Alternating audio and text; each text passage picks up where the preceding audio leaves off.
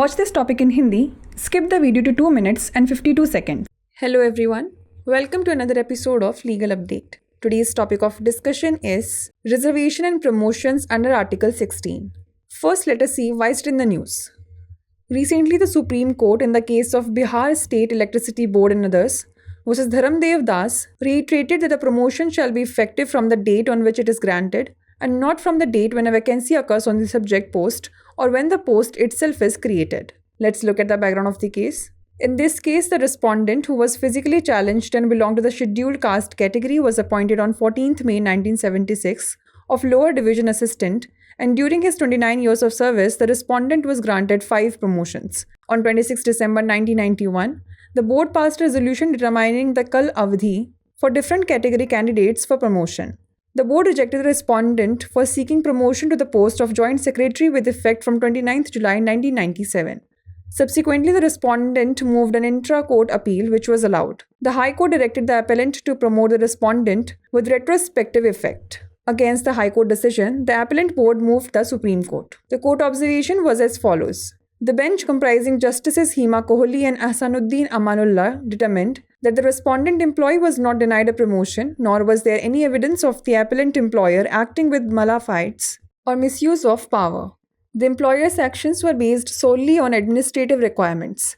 The court further noted that the right to be considered for promotion is a part of equality of opportunity under Article 16 and subject to satisfaction of eligibility criteria and applicable rules. Let's know more about Article 16 of the Constitution of India. This article guarantees equality of opportunity in matters of public employment. It states that no citizen shall be discriminated against on grounds of religion, race, caste, sex, descent, place of birth, residence, or any of them in respect of any employment or office under the state.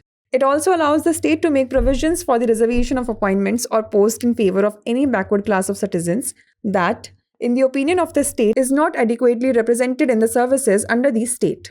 Let's now discuss a case law related to it. Indra Sahani and others versus Union of India 1992. The Supreme Court in this landmark case dealt with the reservation of jobs and positions for backward classes in public employment. It is commonly known as the Mandal Commission case. Before we wrap up, here's a question for you. Which article of the Constitution of India deals with equal opportunity in the matter of public employment? Article 14, Article 15, Article 16, or Article 17? Send the answer to this question in the comment section. Like, share and subscribe for more such content. नमस्कार, legal update programme में आपका स्वागत है। आज हमारी चर्चा का विषय है अनुच्छेद 16 के तहत आरक्षण और पदोन्नति। सबसे पहले जान लेते हैं यह चर्चा में क्यों है। हाल ही में बिहार राज्य विद्युत बोर्ड एवं अन्य बनाम धर्मदास देव के मामले में सर्वोच्च न्यायालय ने दोहराया है कि पदोन्नति उस तारीख से प्रभावी होगी जिस दिन वह प्रदान की गई हो, न कि उस तारीख से जब संबंधित पद पर कोई रिक्ति उत्पन्न होती है या जब पद स्वयं सृजित होता है।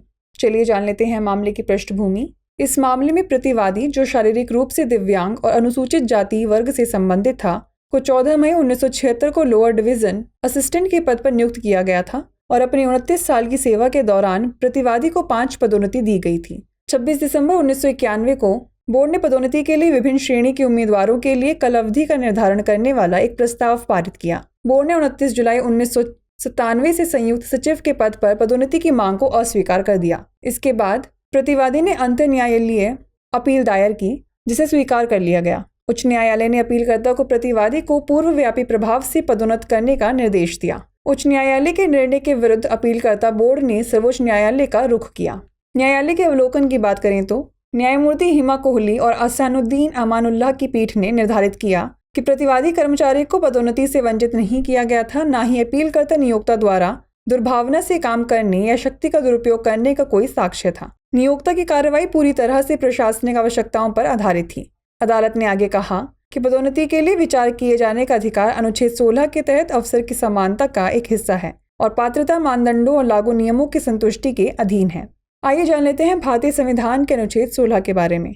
यह अनुच्छेद सार्वजनिक रोजगार के मामलों में अवसर की समानता की गारंटी देता है। इसमें कहा गया है कि राज्य के अधीन किसी भी रोजगार या कार्यालय के संबंध में किसी भी नागरिक के साथ धर्म, मूलवंश, जाति, लिंग, वंश, जन्म स्थान, निवास या इनमें से किसी के आधार पर भेदभाव नहीं किया जाएगा। यह राज्य को नागरिकों के किसी पिछड़े वर्ग के पक्ष में नियुक्तियों यह पदों के आरक्षण के लिए प्रावधान करने की भी अनुमति देता है जो राज्य की राय में राज्य के अधीन सेवाओं में पर्याप्त प्रतिनिधित्व नहीं करता है। चलिए जान लेते हैं इससे जुड़े एक निर्णय विधि के बारे में। इंदिरा साहनी एवं अन्य बनाम भारत संघ 1992। सर्वोच्च न्यायालय ने इस ऐतिहासिक मामले में सार्वजनिक रोजगार में पिछड़े वर्गों के लिए नौकरियों और पदों के आरक्षण से संबंधित मामले पर विचार किया। इसे आमतौर पर मंडल आयोग मामले के रूप में जाना जाता है। आइए अब नोट कर लेते हैं अभ्यास प्रश्न। भारतीय संविधान का कौन सा अनुच्छेद सार्वजनिक रोजगार के मामले में समान अवसर से संबंधित है? अनुच्छेद 14, अनुच्छेद 15, अनुच्छेद 16 या अनुच्छेद 17? इसका उत्तर हमें कमेंट सेक्शन में ज़रूर भेजिएगा। ऐसी और वीडियोस देखने के लिए लाइक, शेयर और सब्सक्राइब करना ना भूलें। धन्यवाद।